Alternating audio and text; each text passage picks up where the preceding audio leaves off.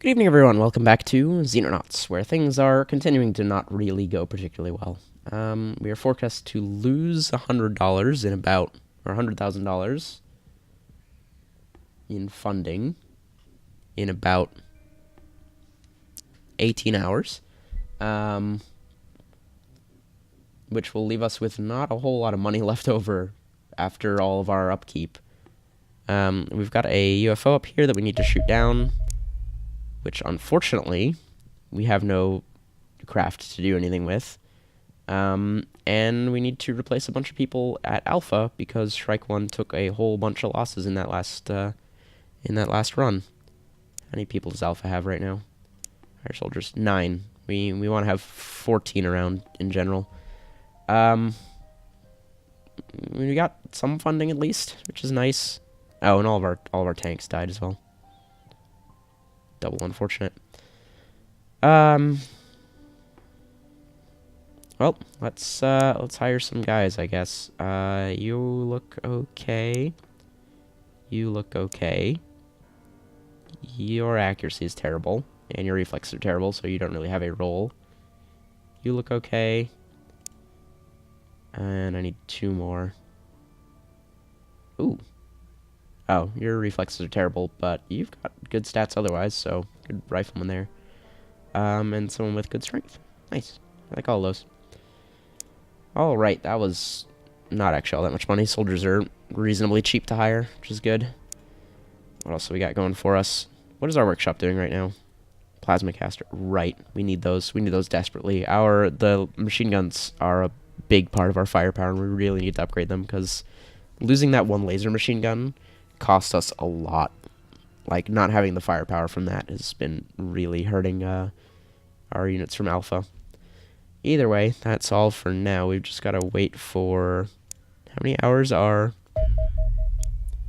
13 hours. And this looks like... Okay, it's not too scary. 2 Foxtrots should be able to take it out, hopefully, without taking any damage. We just got to wait for them to... you know, be ready. Oh, never mind, it left. Unfortunate. Oof. That's not nice. Plus 170,000 total funding. Jesus. Alright, well, it's money, I guess. Now, if we go... Jeez, Shrike 1 is not in a good way. Yeah, I need a new scimitar. I'm gonna wait for the plasma caster to finish and then go for a new tank.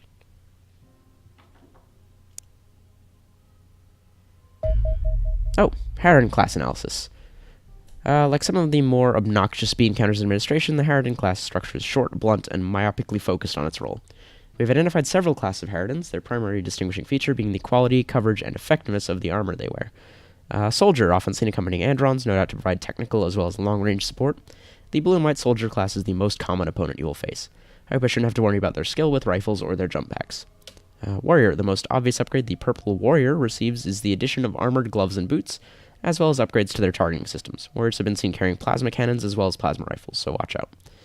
Officer. Officers are easily identifiable by both their red armor and the additional set of wings on their backpack. The Harridan officer acts less as a commander and more as a coordinating node between different Harridans. Officers are the most intelligent of the Harridan race and are the most independently minded, so be wary when facing one. Elite. The Elite is physically indistinguishable from other Harridans, however their black and gray suits are of the highest quality and incorporate powered elements that vastly improve their physical and mental capabilities. A near-tactical match for officers, the Elite is superior to other Harridans in every way. Unusually, there is no evidence of higher-ranking leaders among the Harridans. Our best hypothesis is the nature of how Harridans behave precludes the mental capacity for a grand strategy. They depend upon leaders from other races to provide them with direction and targets. Good to know. Cruiser UFO. Cruiser is a large alien capital ship. It is a versatile general-purpose warship capable of filling multiple roles. Crewed by still more extraterrestrials than the landing ship, despite the latter being a dedicated transport ship. It consists of a 2-level central saucer section, containing the command room, upper floor, and a large cargo bay, lower floor, flanked by 2 wings that sweep forward on either side. The majority of the craft support systems are housed in the wings, most notably the life support systems on the inside, and the fine maneuvering thrusters on the exterior edge. The pressurized crew compartment contains Our compartments contain both cargo space and the vessel's reactors, leaving space in the saucer for extra armor plate and the main weapon, a powerful plasma cannon, apparently scaled up from the Corvette cannon. Interestingly, the protective armor plating has an uneven distribution. The upper section of the saucer protects the command room and has armor over twice as thick as that of the wings, making it highly resistant to incoming fire. One would imagine it also offers added protection for alien assault squads on the final approach to the designated terror site. That said, even the vulnerable wings are still extensively armored, so expect the cruiser to take quite a beating before it finally crashes. Okay, good to know. That doesn't free up any of our researchers, does it? Nope. Oh, cruiser assault analysis. Analysis. The cruiser-class enemy vessel possesses a cramped interior with narrow fields of fire. When assaulting, Xenonaut operatives will become crowded and at risk of heavy casualties from enemy explosives. While its multiple entrances permit a simultaneous assault of several parts of the vessel at once, doing so will divide and therefore the firepower of the squad. There's a typo in there, but I can't really work out what they were trying to say initially. Solutions. Several weak points have been exposed, which might be exploited using explosive charges to allow greater control over the area of engagement. On the ground, the enemy have been known to lock down the main entryway into the grounded vessel to force our operatives to assault through its narrow wings. This entryway, however, lacks the resilience of the vessel's hull and can be defeated with an explosive charge. This will allow operatives access to the more spacious main chamber, as well as easy access to the command deck. Vulnerable sections of hull are located on the rear of each of the enemy vessel's wings. Destroying these sections will provide a narrow corridor leading into the vessel's engine room. This presents the possibility of surrounding defenders in the wings of the vessels and destroying them quickly. A final weak point is located at the front of the command deck. Operatives equipped in flying armor can reach this location and assault the command deck from above. This may be beneficial in conjunction with an assault on the central chamber of the vessel to eliminate enemy units waiting to ambush from the command deck. Okay, good to know. We don't really carry the explosive charges because they're kind of expensive, or kind of heavy. They're not actually expensive, they're free. Okay, we got a plasma caster, which is good. What's less good is just how beat up Shrike 1 is. Alright, I'm going to have to go through and resort this roster. Give me 1 second here.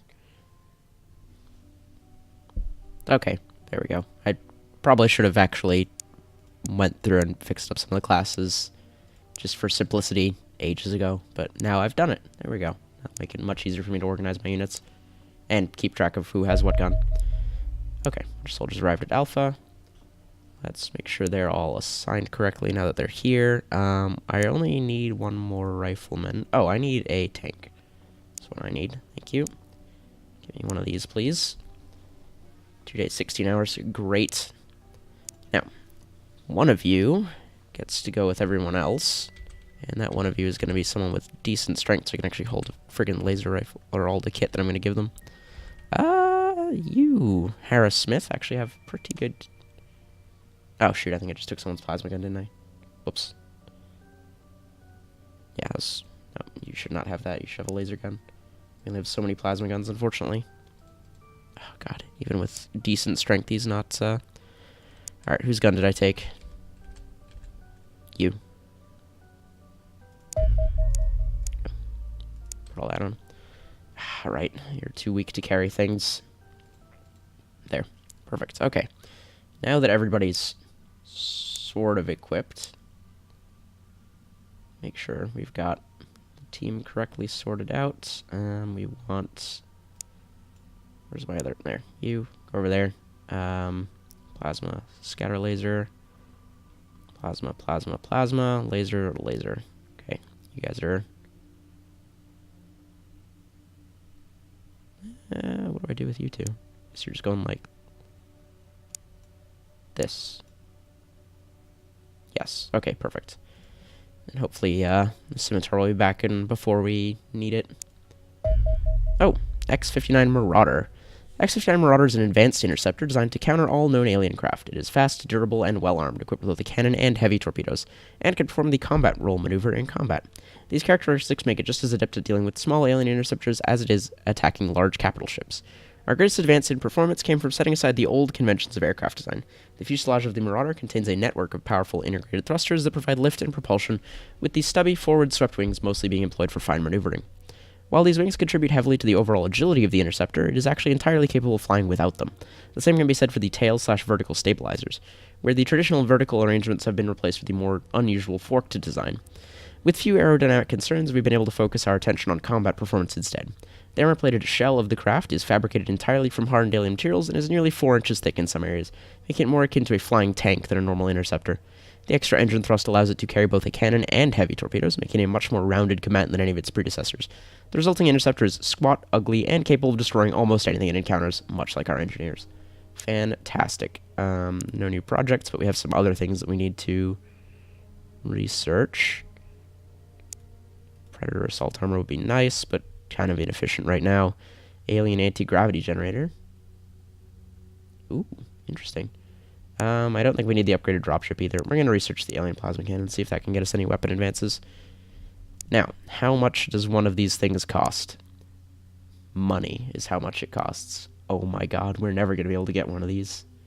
Oh, we're looking in Bravo as well. Yeah, Jesus, 400,000 for that. Okie dokie. Great. Great. Well, it's nice to have it, I guess. UFO 47 detected. Okay, medium, reasonably fast. We're just going to dispatch 3 Foxtrots to deal with that. Just get rid of it. Hope nobody else shows up in the meantime. Shoot. Okay, oop. Turn the time down, please. I need to do something. Okay, you are going to ignore that guy for now and go for them instead. UFO 76. Same, medium. Send a couple Foxtrots up to deal with that. Hopefully that'll be enough. Okay, they are not turning to attack us. Auto-resolve 0% victory. Okay, but we don't care about the escorts, right? So if the Foxtrots can get in and take out the landing ship, then we can just disengage. And I think that's our best bet. So we're going to actually fight this one out. Okay, what are we looking at here? Jeez, the fighters are going to turn to face us, aren't they? Okay, can I...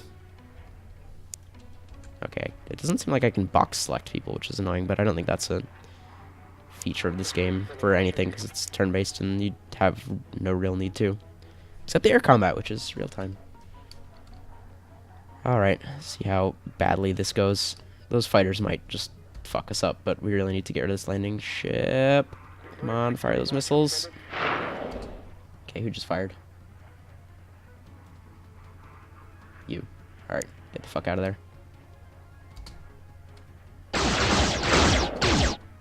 Okay, get the fuck out of there. Everybody leave. Dude, yeah, we're gonna lose all of our Foxtrots. Oh, that's not good. Okay, but we did... Okay, the fighters... Yeah, so the fighters actually just straight up go away if you kill the craft they're escorting, which is good. There's a landed UFO over here and a crash site, both of which we need to deal with. We can't airstrike the landed one, unfortunately. Well, we can airstrike this one. Okay, before we do that, we should actually see if we get to that one. I suspect... So we shouldn't need to build new Foxtrots. Yeah, they're just all being repaired. Yeah, so... Unlike the vehicles, weirdly enough, when the aircraft get destroyed, you just get them back. I don't know why that distinction. Either way, Shrike 1's going out to deal with this. But that, I think, is going to have to wait, because I am all out of time for today. Actually, let's just boost this up a little bit and see if we can't catch up to these guys. Tail until overland. He's flying right towards Greenland, so we should... There we go. Shoot him down, please. Oof, that's some damage, though. Alright. With that, we are going to call it for today. Thank you all so much for watching, and I will see you all in the next episode. Goodbye.